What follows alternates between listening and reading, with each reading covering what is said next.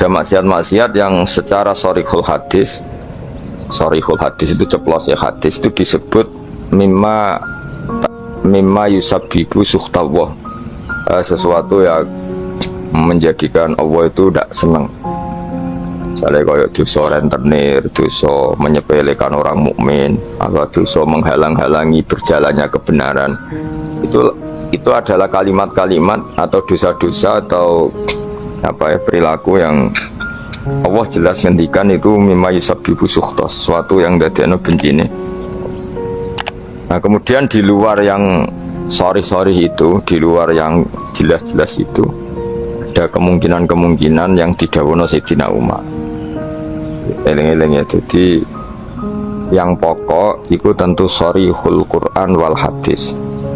Itu harus kita ikuti, jadi ora usah kata manan, memang itu nyata. Saya ulang lagi ya, nak ono sharihul Quran berarti ora usah ora usah sesuatu yang dianggap disembunyikan kayak ridho wa firidul walidain.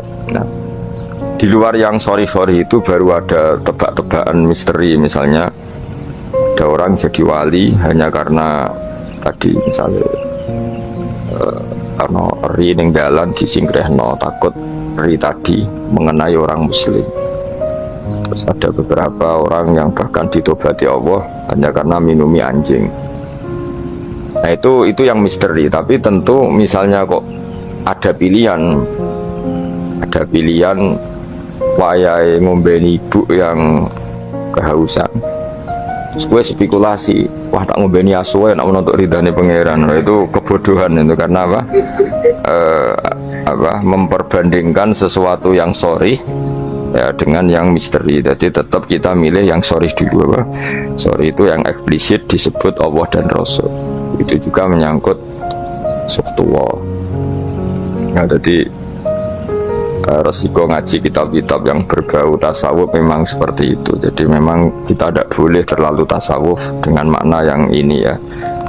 Saya ulang lagi, apapun hebatnya Sayyidina Umar itu tetap dawe proporsional. Tadi kata ma itu ya dengan makna di luar yang sorry. Saya ulang lagi, di luar yang sorry. Kalau yang sorry ya kita ikuti. Jadi tidak semuanya disembunyikan Allah, tapi ada hal-hal sing jelas untuk ridhanya Allah, kayak birrul walidain, mencari ilmu, terus ridho be qada qadar. Terus ada beberapa yang sekarang ridho be qada qadar malah sangat tinggi makomnya, jelas radhiyallahu anhum wa radu anah. Orang yang ridho terhadap keputusan Allah, Allah akan ridho pada dia. Itu jelas aturannya. Jadi kowe nak ridho be peparingnya Allah, maka Allah akan ridho ke kamu. Itu kan berarti satu taat, yaitu ridho kepada Allah yang dadekno Allah ridho. Itu tidak jenis yang dikatama, yang disimpan atau dirahasiakan. Jadi hasil pesan saya ngaji itu sing khatam, karena ilmu itu ya mirip wong ngomong gitu lah. Jadi misalnya ono wong kelaparan, mesti nganggep yang terpenting bagi dia saat itu adalah makan. Kok ono wong kehausan, yang penting saat itu ya minum. Terus kabeh diomongkan yang terpenting. Ikan gong diutang ya sementing ra ditagih kan. Nah, itu kan dene ora iso nalar. Jadi ora iso nalar ana wong kok enake mangan sate iku mergo dene orientasine sementing ora ketemu debt kolektor. Nah, semua akan dikatakan itu paling penting, tapi tentu semuanya proporsional. Napa semua itu. Tapi ketika kita ngomong husnul khotimah, kita akan ngomong yang paling penting itu husnul khotimah. Tapi sebetulnya husnul khotimah sendiri, kalau kita ngomong apa artinya gue kepengen husnul khotimah, kemudian perilaku harian kamu tidak mengawal Islam, gak tau ngitmai Islam, gak tau ngitmai wong tua, sementing orientasinya mau husnul khotimah, itu kan ya keliru juga. Hasil kalau pesen semua yang ada di tag-tag kitab-kitab seperti ini KPU proporsional. Jadi katama ya dalam konteks yang katama, tapi beberapa nyatanya Nabi ngendikan secara ceplos bahwa ridho Allah misalnya firidul walidain, tidak ada kata manan. Memang ada beberapa resep sangka Nabi ini loh yang menjadikan kamu diridhoi Allah, misalnya ridhul walidain, ridho Allah firidul walidain, ridho sama kodok qadar, terus mencari ilmu. Itu jelas di hadis ridhon bima yasna, semua malaikat suka kalau ada orang mencari ilmu. Itu tuh hal-hal yang Allah menjelaskan secara detail, secara sorry, secara ceplos, secara eksplisit Oh itu semua mahal ridho, sesuatu sing dadekno ridane Allah Subhanahu wa taala.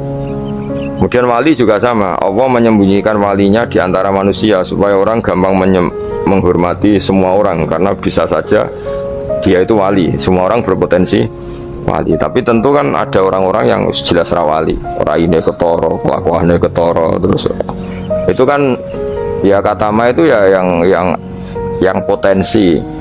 Nak karwane wonge pemabuk, sering menyepelekan Allah dan Rasul, pemenera sholat terus. Oh tapi kan iso wae wali.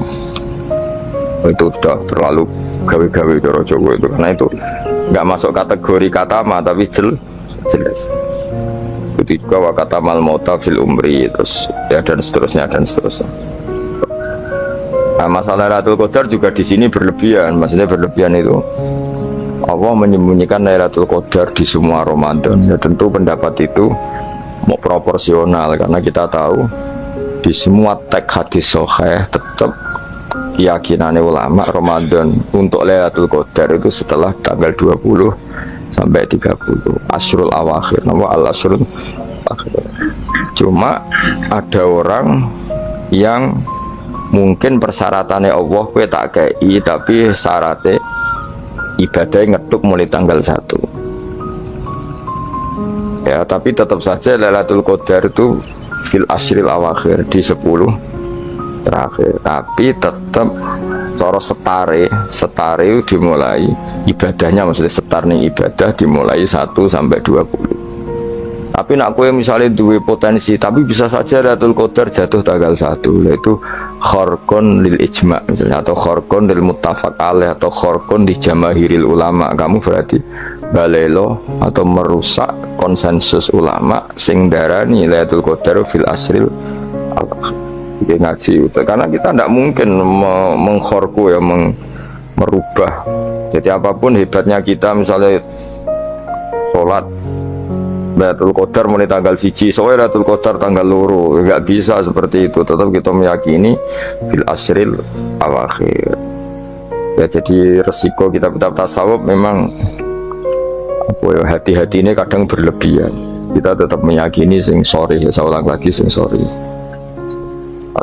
sing ceplos. Misalnya Kanjeng Nabi ngendikan Lailatul Qadar itu fil asril akhir, fil asril awakhir. Imam Syafi'i memilih sing autaruhu sing ganjil. Terus ada ulama yang memang milih 27. Nah sudah, kita ikuti saja seperti itu. Meskipun tentu tadi karena Lailatul Qadar sifatnya pemberian ya, yang mungkin Allah juga punya kualifikasi. Misalnya sing tenanan mulai tanggal 1 dikai, sing mapak langsung tanggal 27 dianggap wong nakalan. Maksudnya kan iso wae, memang aturannya seperti itu apa. Kamane sing ibadah mulai tanggal 1, barat orang masak itu ya nyediakno kayu bakar berproses nanti mangan. Nah sing ora proses itu sono mangan terus teko-teko njuk melok mangan. Nah itu kira-kira ya pantese piye ya itu. Jadi saya mohon sekali semua teks hadis itu proporsional, karena hadis tidak hanya ini. Misalnya Allah itu menyembunyikan ridhonya, jadi orang tidak akan tahu Allah ridhonya di mana. Yaitu ya keliru kalau kaidah itu umum, karena ada beberapa hal yang disebut Nabi jelas ridho Allah, misalnya firdal walidain itu jelas disebut, ya kita harus ikut bahwa luar biasa proses ridho walidain menjadikan orang tua kita ridho.